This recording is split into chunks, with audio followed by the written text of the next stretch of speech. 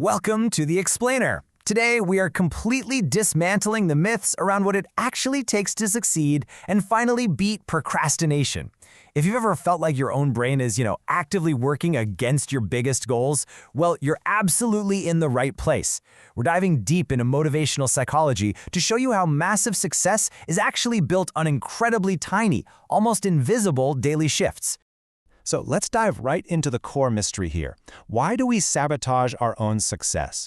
Why do we constantly delay our goals and put things off, even when we know for a fact we'll pay a heavy price for it later? We've all been there, right? You have a big project due, a workout planned, but instead, you find yourself endlessly scrolling on your phone or suddenly deciding you desperately need to reorganize your entire kitchen. It feels like a massive failure of willpower, but actually, scratch that, as we're going to see today, that is completely the wrong way to look at it. Because the crucial point we're uncovering today is that massive success doesn't actually require massive action. We've all been sold this idea that achieving great things requires these earth-shattering, exhausting levels of effort. But as Jim Rohn so perfectly put it, success is just a few simple disciplines practiced every day. It's really that simple. But to master those daily disciplines, we first need to understand the biological barriers that are literally standing in our way. All right, Section 1, the biological trap, and how we get hijacked by the present. To understand why we fail to take action, we have to look at our biology and our hardwired craving for instant gratification. Have you ever heard of an amygdala hijack?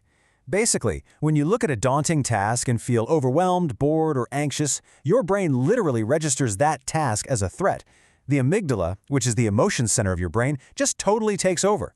It completely bypasses your rational, forward-thinking frontal cortex. So in that moment, procrastination isn't you just being lazy. It's a hardwired evolutionary response to stress. Your brain is forcing you to prioritize immediate emotional relief over your long-term goals. You just give in simply to feel good right now. And this sets up the ultimate psychological tug-of-war. On one side, you've got your present self, totally driven by dopamine and desperately seeking short-term mood repair to avoid distress. On the other side, your future self, the one who gets stuck holding the bag. Researchers call this a temporal disjunction, which is really just a fancy academic way of saying your present self is completely throwing your future self under the bus just to avoid a few minutes of discomfort. And let's be honest, the modern world is making this so much worse. Dr. Anna Lemke hit the nail on the head when she said, "We're literally losing our capacity to delay gratification, solve problems, and deal with frustration. In our highly stimulated digital world, giving in to feel good is just easier than ever before. Because we are so used to instant dopamine hits, we're severely weakening our biological muscle to tolerate the temporary pain required to get the tough stuff done." But here's where it gets incredibly fascinating. Consider a recent clinical trial published in Frontiers in Psychology. Researchers took a group of severe procrastinators, but instead of giving them time management training or fancy planners, they gave them emotion regulation training. They taught them how to process negative feelings. And the result? Procrastination absolutely plummeted. This proves for sure that procrastination is not a time management issue, it's a mood regulation failure.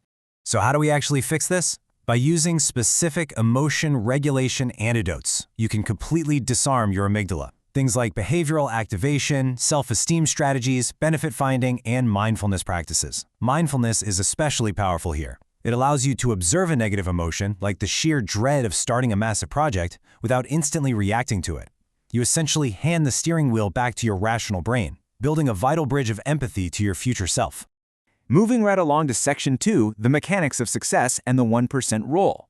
Now that we know how to stop the emotional self-sabotage, let's look at how to mechanically build lifelong success.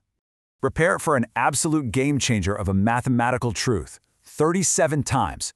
As author James Clear points out, if you can get just 1% better each day for one single year, you will end up 37 times better by the time you're done. The math is beautifully exponential. But on the flip side, if you get 1% worse every day, you decline almost down to zero. The daily difference is practically invisible, but the long-term reality? It's staggering. Which is exactly why habits are the compound interest of self-improvement. Just like money multiplies through compound interest in a bank, the effects of your habits multiply as you repeat them. It's the aggregation of marginal gains. You absolutely do not need a single defining moment of massive willpower. You just need to make slightly better decisions on a daily basis. But to harness this compounding math without triggering an amygdala hijacked, you have to rely on micro-habits. A true microhabit has to meet 3 specific criteria. Number 1, it must be small. We're talking no radical life shifts here. Number 2, it must be simple, pure common sense. And number 3, speedy, something you can implement right this very second. It has to be so easy that your brain literally can't find a single reason to stress out about it. This completely shatters the whole massive action myth. Taking massive action requires huge willpower, causes overwhelming pressure, and carries a really high failure rate. Microhabits, on the other hand, build incredibly easy momentum. Think about the advice given in elite military training. Wake up, make your bed, brush your teeth. Boom. You've just started your day with guaranteed wins. Tomorrow is always a clean slate, but it's built entirely on tiny, manageable actions. So, what happens when these microhabits compound? Well, it can actually change your entire work orientation. Research shows we view our work in one of 3 ways: as a job, a career, or a calling. By consistently applying microhabits and regulating your emotional resistance, you remove the daily friction. Over time, you organically move from merely grinding through a job for a paycheck to discovering a true calling that's driven by deep purpose and passion. It's the exact same relentless commitment we see in elite performers, built quietly, day by day. Okay, let's look at the big picture. In Section 3, Scaling Up, from microhabits to macro success. The amazing thing about this psychology of marginal gains is that it scales up perfectly to larger groups and giant businesses. Look at how success scales in the corporate world, like rolling out complex AI agents across a huge company. You don't force 10,000 people to radically change their workflow overnight. That's organizational massive action, and it usually fails miserably. Instead, you train an initial small group, maybe 50 to 60 people. You track those tiny habits until you hit 90% community satisfaction, and then you use that small, undeniable momentum to secure executive endorsement. It is the exact same psychology. Small, simple, and speedy, just scaled up. So this brings us to the most important question of the entire explainer. Now that you know procrastination is really just an emotional regulation problem and that massive success is nothing more than the compound interest of microhabits, take a hard look at your own daily routines. Where are the 1% improvements in your life? What is the smallest, simplest, speediest thing you can do today that your future self will genuinely thank you for? Think about it. We'll see you next time.